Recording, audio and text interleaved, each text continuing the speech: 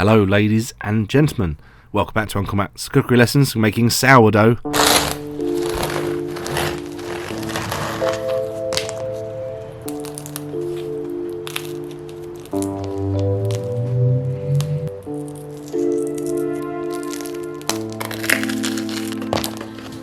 Hello, in this video I'm making sourdough, something that I've been doing either every week or every other week for the last year and a half or so, really since the lockdown started. I thought I would see if I can have a go at making that.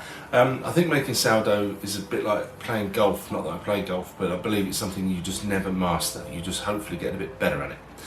And the next disaster is never too far away, I've found. So, but I've definitely got better at it.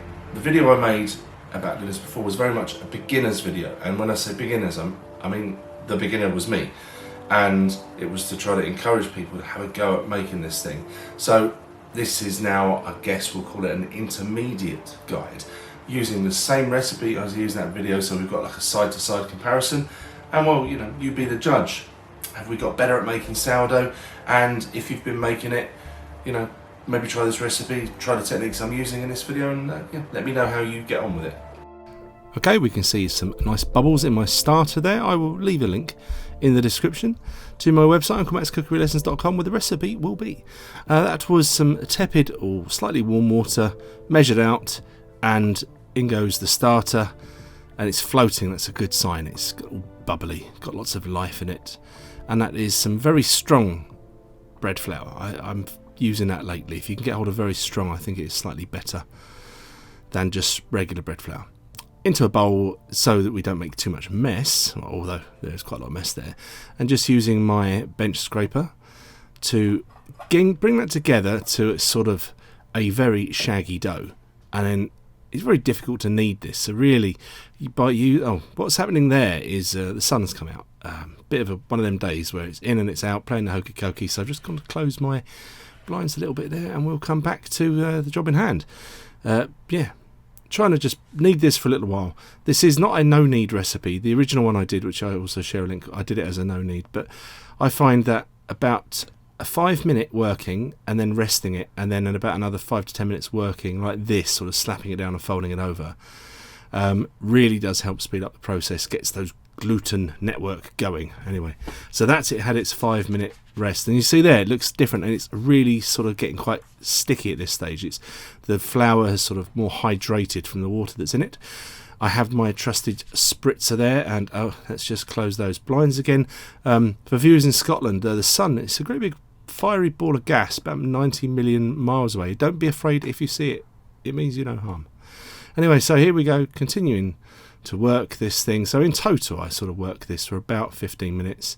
The bench scraper is really handy. It stops you getting too much of a mess, and by all means, if you have a stand mixer, why wouldn't you use that? For this video I decided I wanted to show you purely by hand, but yeah, normally when I do this I do use my stand mixer, but I still give it that sort of 5-minute working on a low speed, and then a rest, and then another working. So what I'm doing here is I'm trying to sort of drag the bottom to create a fairly taut outer skin of the dough, and we're letting it rest. So there's going to be an awful lot of resting, because what happens is whilst you work this, the gluten's tight. So you see here, they're all loose. I can really stretch that out. So this is stretching and folding. You stretch it out and then back over itself. Stretch it out, work your way around, all the way around. You can already see some sort of bubbles forming in it. And yeah, but then now you see it's more taut. So the glutens have sort of been activated. I mean, I'm no scientist, I don't get it, I'm a total div, but you know, you can see the science happening there. It's getting all tight, so you just try to get as many sort of stretches and folding it back as you can, then bring it back to a tight ball again, and I'm going to leave it to rest again. And each time it was about an hour. The weather does make a difference in this. This is the summer here in the UK at the moment. It's not as hot as it was a few weeks back, but it's still really nice and warm, so I find that I can get this done in one day. Here we go. So the second stretch and fold. So you again using the water spritzer. If you use flour, you can, but it's just going to gobble up all that flour, and it will just keep taking more and more and more, and you will not end up with a lovely hydrated dough. You'll end up with something that's just not anywhere near as nice. So I sped that up there, but you can see now the dough is becoming smoother. It's had another stretch and fold. And here's another one, and so you'll see me repeat this process. Every now and again I flip it over because the bottom of it is more tacky, more sticky than the top, and then sometimes I forget. So does it make that much difference? Probably not when you're just doing the stretch and folds. But there you go. Bring it tight again, and I've lost count. What are we at now? Oh, here we go. This is the 4th stretch and fold. Forgot to turn it over that time. And then just drag it back, and we are getting there. So in all, this took me about, from start to finish, actually only about 8 hours, which is seem a lot of time. But usually, you know, you'll do this and I'll rest it in the fridge overnight and bake it first thing in the morning, as I did in my previous video. So this is sort of me now in more of a hurry. And you can see the bubbles there. We've got lots of life. It sort of wants to cling onto the bowl.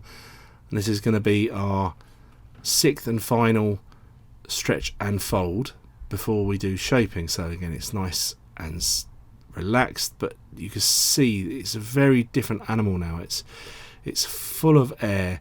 I'm trying to be as gentle as I can with it because I don't want to punch out all the air that's generating. The stretching and folding generates the air. Obviously it traps air inside, but then obviously the starter, the yeast, the natural yeast we made, activating and developing and growing, because a little bit of yeast will just carry on to feed on the proteins in the flour, so it just gets more and more. Now look at that thing there, that is really alive. So this is going to be the shaping, and I'm using flour. So flour the top, floured around the outside. Now the underside is tacky, and I really do want that tacky side to be at the top now. So flour underneath there, and dusting one's hands like a gymnast stepping up to the pole vault. We're stretching it, but I'm just over on itself, delicate as possible. We've just got like literally a pillow here. Look at it, absolutely full of life and air.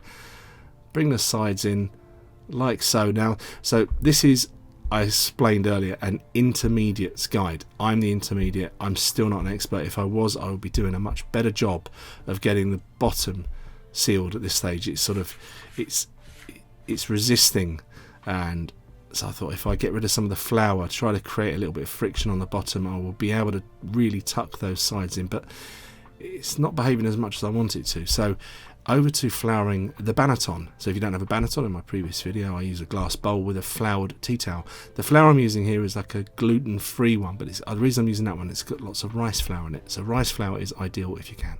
Regular flour is fine. So then, because the bottom wasn't tight, I was just pinching it together with my hands, plate over the top, plate underneath, just because it's messy, and in the fridge. Now you can leave that in the fridge overnight, but this was just a couple of hours later. You see my oven was on hot there, boiling water into a tray that was in there, and my cast iron pan instead of the Dutch oven. And this time, yes, flip that over. The flour did its job, but we want to brush off the excess. That's not as nice to eat. That is a razor blade, also called a lame, but you can just use a really sharp knife or a Stanley knife. Try to make a score, not quite exactly in the centre, just to the side. Try to go in about 1 centimetre. Give it a spritz. The steam below is going to help this thing rise, stop it forming a crust, and look at the beauty go. And yeah, if you don't steam it, it might set on the sides and it just won't rise nicely. So that has risen beautifully. The oven spring was fantastic. It is cooked, it was hollow, but I wanted to give it longer. I wanted it to get that colour, that really nice deep brown caramelised colour. It looks stunning. I'm so happy with it. It is not perfect, but I made it. You can see the stringiness there on the side, the network. We've got some air pockets in there. The crust is wonderful. It's, oh yes, it is crunchy. And yeah, I think the best way to enjoy it, a homemade sourdough, is lashings of butter, sprinkling of sea salt. And I'm going to hand you over to me for the tasting.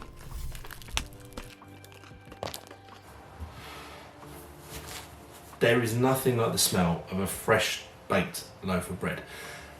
A fresh baked sourdough that you've made from beginning to end, that's been really well cooked, like deep dark caramelised colour on the outside, is another level of just the gorgeousness. So there is no better way to try bread than with a bit of butter and a little pinch a flaky sea salt.